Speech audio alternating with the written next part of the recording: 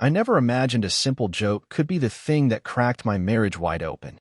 Not after we made it through stock market freefalls, endless nights with crying babies, and the hefty mortgage on the house we always dreamed of. But everything shifted one Saturday afternoon at my in-laws' place. That day, my wife's laughter didn't sound warm or playful. It felt sharp, almost like it cut straight through me. She turned me into the butt of a joke, and I couldn't laugh along. My name's James Carter. I'm 44, and for the past 11 years, I've been grinding my way up the corporate ladder at Pinnacle Financial Group right in the heart of downtown Philadelphia. From the outside, folks probably thought I was living the dream: nice house in the suburbs, polite kids, stunning wife. The whole American success story, right? But the truth behind closed doors didn't quite match the glossy image. Olivia and I met back when we were both in our early 30s. She was teaching third grade at a private school, totally dedicated to shaping young minds. Meanwhile, I was already deep into financial analysis, juggling numbers and studying market patterns for clients whose bank accounts looked more like phone numbers. Once we got engaged, we had the conversation all couples should have: what kind of future were we building? And honestly, we were on the same page from the start. Given my income potential and her dream of being fully involved as a mom someday, we agreed that once kids came along, she'd step away from the classroom. I'd focus on bringing in the money, and she'd manage things at home. At the time, it felt like a solid, balanced plan. And in the beginning, it was. When Lucas was born 4 years ago, Olivia stepped into motherhood like it was second nature. Then Ava joined us 3 years later, and suddenly, our house was a mess of toddler chaos, sippy cups everywhere, stuffed animals on the floor, and nights without much sleep. I was proud, really proud of what we were building together. But work at Pinnacle wasn't getting any easier. With every new title came more stress, longer hours, and higher expectations. During peak financial seasons, I was lucky if I saw the kids before they went to bed. Most days, I came home completely wiped out after 11-hour shifts, my mind numbed from staring at spreadsheets and reassuring anxious investors. I'd slump onto the couch, barely able to string together a full sentence. But that was the arrangement, wasn't it? I brought in the money, covered the mortgage on our Colonial and Cherry Hill, stocked the kids' college funds, and made sure Olivia didn't have to think twice before filling her card at Whole Foods. In return, she ran the home like a pro: doctor visits, school pickups, meals, playdates, you name it. And to be fair, I wasn't some checked-out dad. When I had time, I gave it my all: blanket forts, bedtime stories, tickle fights, the whole package. Still, Olivia knew the ins and outs of our kids' routines in a way I just didn't. She could tell you exactly which stuffed animal Ava needed to fall asleep, or how Lucas liked his sandwiches cut so he'd actually eat them. Looking back now, maybe that's when the little cracks started forming. At first, it was just small remarks that didn't seem like a big deal. "Jim, that's not how you put on Ava's shoes," or "Sweetie, Lucas can't have peanut butter right before bed." Just gentle corrections, really, her way of keeping everything running smoothly. But over time, those little comments turned into something else. They started to chip away at me, little by little, in ways I didn't even notice until things were already unraveling. It crept in quietly, just a chuckle here, a teasing eye roll there. The first time I really felt it, it was a Sunday morning about a year ago. Olivia had finally carved out a few hours for herself, her first hair appointment in weeks, and left me in charge of the kids. She gave me the usual rundown: gluten-free waffles for Lucas, vitamins for Ava, and a few other notes. Nothing I hadn't handled before. As she grabbed her purse, she tossed out a joke: "Just try not to burn the house down." I laughed, kissed her goodbye, and figured we'd be fine. And honestly, we were, sort of. When she came back 3 hours later, the house was a bit of a mess. Ava had decorated her hair with yogurt, and Lucas had built what he proudly called a pillow kingdom in the middle of the living room. I was in cleanup mode when she walked through the door. She took one look around, hands on hips, and just started laughing. "Oh, Jim, I left for a few hours, and it's like something out of the movie Law of the Jungle here." I laughed along with her because, well, what else could I do? The kids were sticky but smiling, and no one got hurt. That's a win in my book. But that night, I overheard her on the phone with her sister. "Rachel, you should have seen it." It was like Jim had never been alone with the kids before. Total deer in headlights. Men, right? I know she was just venting, but something about the way she said it didn't sit right. I wasn't some bumbling sitcom dad who didn't know which end of the baby to diaper. Still, I let it go. Then, a few weeks later, I got home from work early, something that rarely happened, and decided to surprise the family with dinner. I made spaghetti and meatballs, one of the few meals I could pull off without Googling every step. When Olivia walked into the kitchen and saw me browning the meat, she raised her eyebrows. "Well, look who thinks he's Jamie Oliver tonight." Then she picked up her phone. "This is going on record, James Carter cooking dinner." A rare sighting indeed. She snapped a few pictures, laughing the whole time. I tried to laugh along, even played it up a little for the camera. But deep down, it felt more like I was some zoo exhibit. Look, the dad cooked dinner. Then an actual partner. I didn't say anything, though. The meal turned out pretty decent, if I say so myself, but Olivia kept the jokes rolling right through dinner. "Careful, kids," she said with a grin. "Daddy made this, so check for mystery ingredients or shells before you eat." Lucas giggled. "Did Daddy mess up again?" he asked, laughing like it was just another joke. But that word, again, hit me like a jab to the chest. My 6-year-old already thought anything I touched at home was bound to go wrong. I smiled, pushed the thought away, and changed the subject. No need to make it into a thing. It was just a joke, right? But over the next few months, the jokes didn't let up. In fact, they got sharper. Less playful. More like little digs designed to remind everyone I didn't quite measure up at home. One night in October, after one of the worst days I'd had in a while, it all came to a head. The markets had tanked, my clients were freaking out, and I spent the whole afternoon buried in emergency planning meetings. I finally got out of the office just after 7, completely drained. All I wanted was to walk through the front door and breathe for a second. Instead, I was greeted by chaos, Ava crying so hard her face was blotchy. Her favorite stuffed bunny had vanished, and to her, that was the end of the world. I dropped my briefcase, knelt beside her, and said, "Hey, princess, let's find Mr. Bunny together." Her sobs eased as I got to work. I knew the drill by now. He was probably wedged under the couch or tossed in the laundry bin. Sure enough, after about 20 minutes of searching, I spotted those floppy ears between the couch cushions. When I handed him over, Ava beamed and gave me a huge hug. It felt good, really good, to come through for her, especially after the day I'd had. I might not be home as often as I wanted, but moments like that reminded me I still mattered. Then Olivia walked in. She leaned against the doorway and said with a smirk, "Would you look at that? James Carter, finance genius by day, barely functioning dad by night." That one stung. I just fixed a meltdown, and instead of a pat on the back or even a smile, I got another jab. I replied, "Very funny, probably sharper than I meant." She raised an eyebrow. "Geez, someone can't take a joke today." I clenched my jaw and let it slide. I was too worn out for a fight. But the pattern kept playing out. I took the kids to the park one Sunday, and Lucas took a small tumble off the monkey bars. Scraped his knee a little, not a big deal. I cleaned him up, gave him one of his favorite superhero bandages, and had him laughing again before we left. When we got home, Olivia looked at the knee, rolled her eyes, and sighed like I'd failed some big test. "I swear, Jim, I can't leave you alone with him for 3 hours without someone getting hurt." Never mind that I'd handled it perfectly.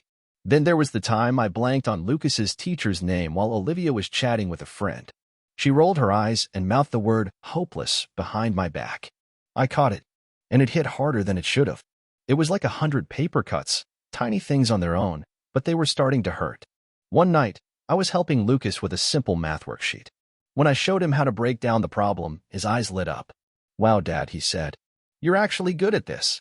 That one hit me right in the gut. My own son was surprised that I could help him with homework, and I knew exactly where he'd gotten that idea. I looked at him and said, "Buddy, there's a lot of stuff I'm good at. I may not always be around, but I know how to take care of you and your sister." Later, I told Olivia about it. She laughed. "Oh, come on, he's 6. Don't be so sensitive." But it wasn't about being sensitive. It was about respect. And it was becoming clearer by the day how little of that I was getting at home. What used to be private jabs turned into public jokes. Every get-together felt like open mic night, and I was the punchline. It started at a neighborhood barbecue. I was manning the grill, one of the few areas where I actually felt in control, when Ava ran over crying. She'd fallen and scraped her elbow. I cleaned it with a napkin and a splash of water, pulled a Band-Aid from my wallet. Yeah, I carried a couple just in case, and had her laughing again in minutes. Right then, Olivia walked up with a group of moms. She saw the Band-Aid and said loud enough for everyone to hear, "Ladies, take a good look." James actually handled a boo-boo without calling in backup. They all laughed. I gave a tight smile, but something twisted in my stomach. That should have been a quiet moment between me and my daughter, not a punchline. Then came dinner with my coworkers the following weekend, people I needed to impress, people whose opinions could shape my future at Pinnacle. Olivia had promised she'd keep it classy, but halfway through dinner, the topic shifted to parenting. My boss mentioned how tough it was balancing work and family. Olivia jumped in right away. Tell me about it. Jim here can dissect global market trends like it's nothing, but send him to dress Ava, and she ends up at daycare in pajama pants and a tiara. Everyone laughed. Except me. It wasn't even true. Ava had begged to wear that tiara, and the pants weren't pajamas, they were just soft leggings that looked a little like them. Honestly, I figured it wasn't worth the battle that morning. They were dressed. They were fed. That was the win. I kept my tone even. Mission accomplished. My boss chuckled and clapped me on the back. Don't sweat it, Carter. I once sent my kid to school with an empty lunchbox. He meant it as a joke, a little solidarity. But all it did was highlight what Olivia had pulled off, convincing everyone I was some kind of bumbling amateur dad who couldn't handle the basics. When the truth was, I managed whatever needed doing when I was home, nightmares, homework, you name it. I even threw together meals from scraps when the fridge was running low. The last straw came at Lucas's parent-teacher conference. Mrs. Jenkins was walking us through his reading progress and mentioned he'd been bringing in more advanced books from home. Before I could say a word, Olivia chimed in with a smirk. Oh, that's James, she said, trying to turn our 6-year-old into a financial analyst. I keep telling him, honey, normal kids read Goodnight Moon, not the Wall Street Journal. Mrs. Jenkins gave her a strange look. Actually, I think it's great, she said. Lucas's vocabulary is well beyond most kids' age. I sat up a little straighter. We read together every night I'm home, I said. He picks the books. I just make sure to show up. On the way home, I finally broke the silence. Do you really have to turn me into a punchline every chance you get? She looked genuinely surprised. What are you talking about? I was just making conversation. No, you're making me look like a joke. And it's got to stop. She rolled her eyes. Oh, come on, Jim. You need to lighten up. It's just a little harmless fun. But gripping the steering wheel, I knew there was nothing harmless about it. The damage had already spread beyond our walls. People had started seeing me through Olivia's lens. At Lucas's soccer practice, Coach Harris handed me the season schedule and spoke slowly, like I was a child. Carter, I've highlighted the important dates, he said. Olivia mentioned you might need a few reminders. I clenched my jaw. I hadn't missed a game I could attend, and I kept a really precise calendar. I manage billion-dollar portfolios, I said coolly. I think I can handle a soccer schedule. He looked surprised, and I immediately felt a little guilty for the edge in my voice. But honestly, I was tired of being treated like a clueless extra in my own family. Even my mom started buying into the narrative. During one of her visits, she hovered near me as I made Ava's lunch. Jim, are you sure that's enough food? Olivia says she's in a growth spurt. I tried to stay calm. Mom, I feed my kids every day. I know what they eat. But the surprise came later that week. I overheard Lucas talking to a friend during a play date. My dad's really smart with money, he said proudly. My heart warmed until he added, but Mom says he'd be totally lost without it. That night, I stared at the ceiling, wide awake. How did it get this far? My own son had already absorbed the idea that I was only good at one thing and everything else, I was a mess. What would happen when they were older? Would they stop coming to me with their problems? Would they just assume Dad couldn't help? And deeper than that, why was I allowing this to happen? I was a man who built a career on respect. I made tough calls every day. Yet at home, I let myself become the family clown. The truth hit me hard. I was afraid. Afraid that standing up for myself would lead to fights. That if I pushed back, it might upset the fragile balance at home. Maybe, deep down, I worried she was right, that I was failing. But another part of me knew better. I coached Lucas's soccer team when I could. I spent an entire summer teaching Ava how to swim, staying in the pool until she could paddle on her own. I read financial reports to them as babies because I didn't know any nursery rhymes, and they fell asleep to the sound of my voice. I was a good dad, different than Olivia, sure, but good in my own right. And I needed to start acting like it. The next morning, I made a choice. The jokes? They had to stop. Not just for me, but for the kids, because they needed to see that both of their parents deserved respect. I didn't have to wait long for the right moment. That evening, after a draining day of calming anxious clients through a market dip, I walked into the house and found it unusually quiet. Olivia was alone in the kitchen, scrolling on her phone. The kids? I asked, loosening my tie. My mom took them out for ice cream and a movie, she said, not looking up. I needed a break. She glanced over at me. You look like hell. It had been one of those days that just grinds you down.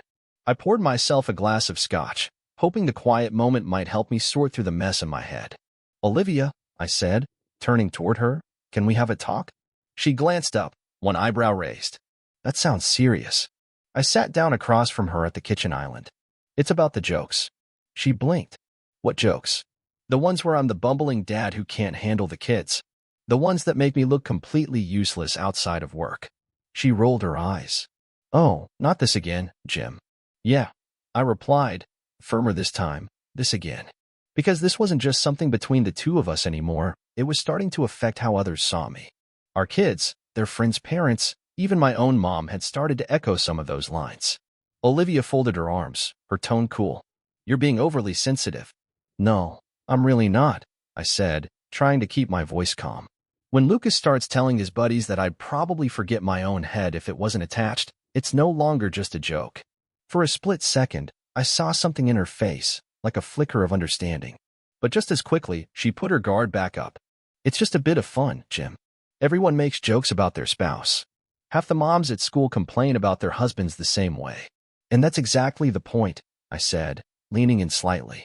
I'm not one of those checked-out dads. When I'm home, I'm all in. I'm present. I try. I don't deserve to be the family punchline. Just then, her phone buzzed on the counter. She glanced at the screen, then stood up.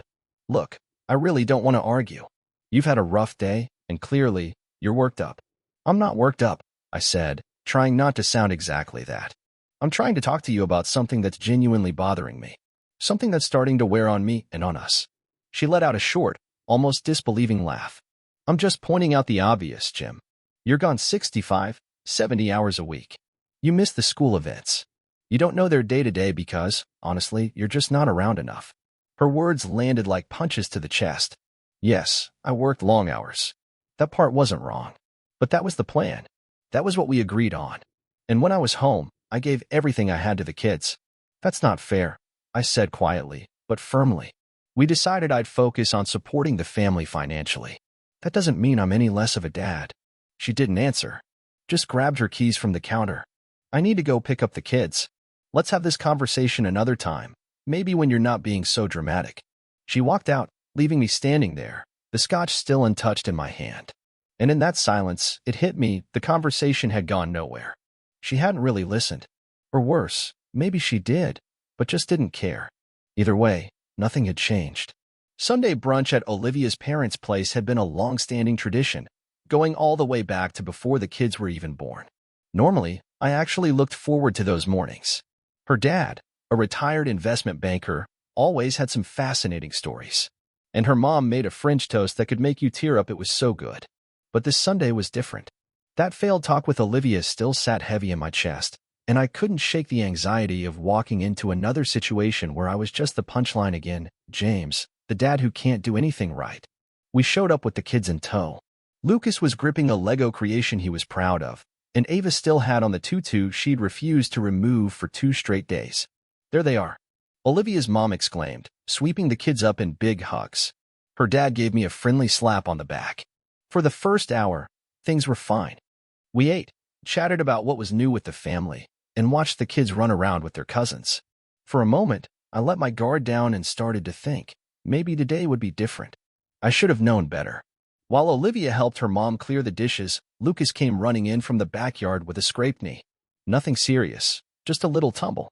He was teary-eyed and wanted comfort. He came straight to me. I picked him up, checked the scrape, and carried him to the bathroom to clean it up. When we returned, Lucas had a superhero Band-Aid and a proud little grin. But as we walked back into the room, Olivia was mid-story. And then I walk in, and James had given Ava chocolate milk, right before bedtime. You can imagine how that turned out. The sheets looked like a complete mess. Laughter erupted around the room. I clenched my jaw. I remembered that night. Ava had been sick and refusing to drink anything. The doctor had said keeping her hydrated was more important than worrying about sheets. But Olivia kept going, warming up now. And just last week, she continued, he tried to help with laundry and somehow turned all of Lucas's white school shirts pink. More laughter. Yeah, That was my fault. A little red sock got stuck inside a pillowcase. Honest mistake. I'd already gone out and bought all new shirts. I swear, she said, grinning. Sometimes it feels like I've got 3 kids instead of 2. I can't even leave him alone with the washing machine without disaster striking. Stop. The word came out harsher than I meant, cutting through the laughter. The room fell into silence. Olivia looked at me, confused. Jim. Just stop. I gently set Lucas down beside me. Stop turning me into a joke for your family's entertainment. Her dad cleared his throat and stood up. Let's give them a minute, he said, guiding everyone out to the patio. Once it was just the 2 of us, Olivia's confused look shifted into something sharper. What is wrong with you? What's wrong with me? I kept my voice calm even though I was boiling inside. You've been chipping away at me for months, turning me into a joke. And I'm done pretending it doesn't bother me. They're just funny stories, Jim. Lighten up. No, I said, standing my ground. They're not just stories. They're disrespectful. They're hurtful. And our kids are watching. You're teaching them it's okay to laugh at their dad. She rolled her eyes. You're being dramatic. And right there, something snapped. Is it dramatic to want some basic respect from my own wife? To help you back me up instead of constantly tearing me down? If that's dramatic, then fine. I guess I am. I grabbed my keys off the counter. Where are you going? She asked, her tone suddenly softer, a little unsure. I don't know, I said truthfully. But I can't stay here and pretend like everything's fine. I walked out the door, past her family still awkwardly hanging around on the porch. And as I did, I felt something strange, part guilt, part relief. Like I'd finally stopped pretending. That version of me, the guy who would just laugh along to keep the peace, was gone. I ended up checking into the Kimpton Hotel. It's nothing fancy, just a business hotel near the financial district where we usually put up visiting clients. The clerk recognized me from company events and didn't ask questions when I said I didn't know how long I'd be staying. Once I got to the room, I sent Olivia a message.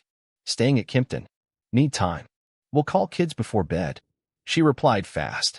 You're being ridiculous. The kids are confused. I didn't answer. Instead, I called my assistant and asked her to have some clothes and toiletries delivered from the department store nearby. Then I took a long, hot shower and just tried to breathe. That night, I called home like I said I would. Olivia put the kids on speaker. I did my best to sound cheerful. When are you coming home, Daddy? Ava asked. Her little voice just crushed me. Soon, Princess, I said. Daddy's just got some things to finish up. I promised them surprises and told them I loved them. Then I hung up before Olivia could get back on the line. 3 days went by like that. Work during the day, hotel at night. I called the kids every evening, kept things polite with Olivia, but didn't let it go deeper than logistics. On day 4, I was eating lunch at my desk when my phone rang. Olivia's dad. I almost ignored it, but curiosity got the better of me. James? It's Michael. Got a minute? I braced for some big speech about how I needed to step up and be a good husband. Instead, what he said caught me off guard. I just want you to know, I get it. I understand why you left. You do? I asked, honestly stunned. Yeah. Olivia's mom used to do the same thing to me. Not the same jokes, but the same kind of stuff, always making me the butt of every story, always getting a laugh at my expense. I nearly dropped my fork. How'd you handle it? I asked. Not well at first, he admitted. I stewed. I stayed at the office longer. Tried to avoid dealing with it. But eventually I did what you did. I called it out. Did it help? I asked, still skeptical. It did, he said. Not overnight. But yeah. Olivia's stubborn, she gets that from her mom. But she's not blind. She's starting to see it. I stayed quiet, not quite ready to believe it. She's been different the last few days, he went on. Quieter. Told her mom she might have been a little hard on you. That's basically a full-blown apology in Olivia speak. I felt a flicker of something, maybe hope. She say anything to the kids? I asked. That's actually why I'm calling. I overheard her telling Lucas that his daddy works hard to take care of them, and they should appreciate that more. It's a start. After we hung up, I sat there staring at my lunch, getting cold on the desk. Was that enough? Was a small shift like that really worth going back home? I didn't know. But I did know that running away hadn't solved much. If Olivia was truly thinking about her part in this, maybe there was a chance for a real conversation. And if not, well, I'd already proven to myself I could walk away. That night, I texted her. Coming home tomorrow. We need to talk. Her reply came not long after. Okay. The kids miss you. I miss you too. When I walked into the house the next day, everything looked the same. But it felt different. Or maybe I was different. Olivia stood waiting in the kitchen, a nervous smile on her face. The kids were at school, which I figured wasn't by accident. Olivia probably wanted us to have space to talk. "Coffee?" she asked. I nodded and sat down at the island counter. For a few moments, neither of us said a word. "Your dad called me," I said eventually. Her eyebrows lifted. "He did?" "Yeah. He said he gets why I left. Told me your mom used to do the same thing to him." She turned away, fiddling with the coffee maker. "He never told me that. Maybe he didn't know how. Or maybe he thought it wasn't a big deal."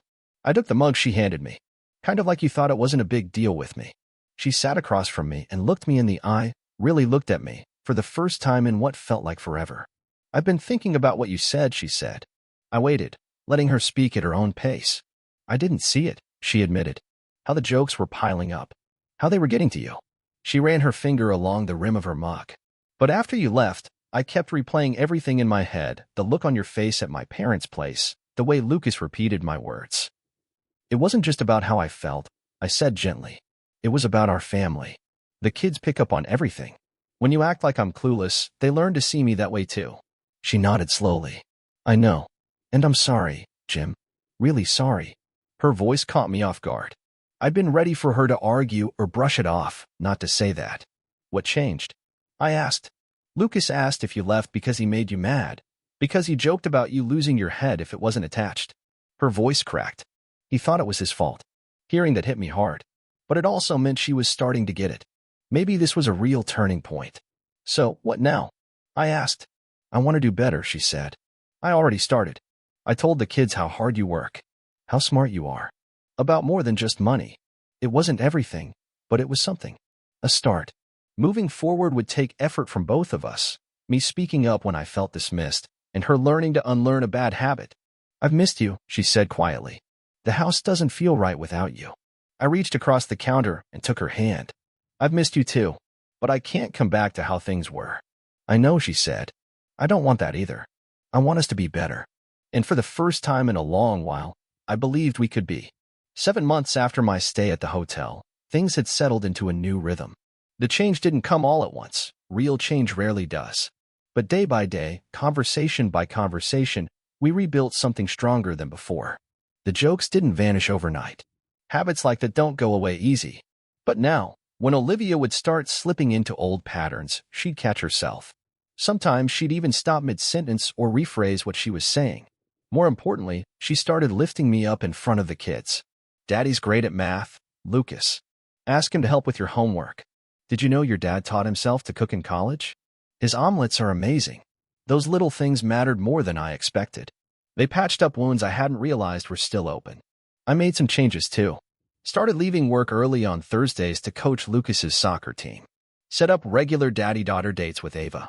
Took the time to learn how Olivia ran the house instead of just depending on her to explain it all to me. The real test came at the neighborhood block party. We were chatting with some neighbors when someone asked about our Rehoboth beach trip. "Jim planned the whole thing," Olivia said, slipping her hand into mine. "He found this perfect little beach house and even booked sailing lessons for the kids. He thinks of things I'd never think of." The warmth I felt right then had nothing to do with the summer air. That moment, that acknowledgement, meant everything. It was what true partnership felt like. Later that night, after the kids had gone to bed, Olivia and I sat on the porch swing, watching fireflies rise from the yard. "We almost lost this," she said softly, "if you hadn't spoken up." "But I did," I said, my voice just above a whisper. "And you listened. That's what made the difference." She rested her head on my shoulder. "I never wanted to hurt you, Jim. I just didn't see how much damage those jokes were doing. The cost had been high. My pride.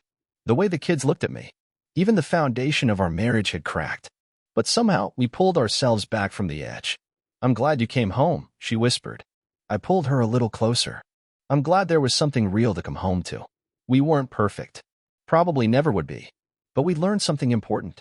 In a marriage, your words carry weight. So does respect. And sometimes, standing up for that respect, even when it's hard, even if it means stepping away for a while, is the most important stand a man can take."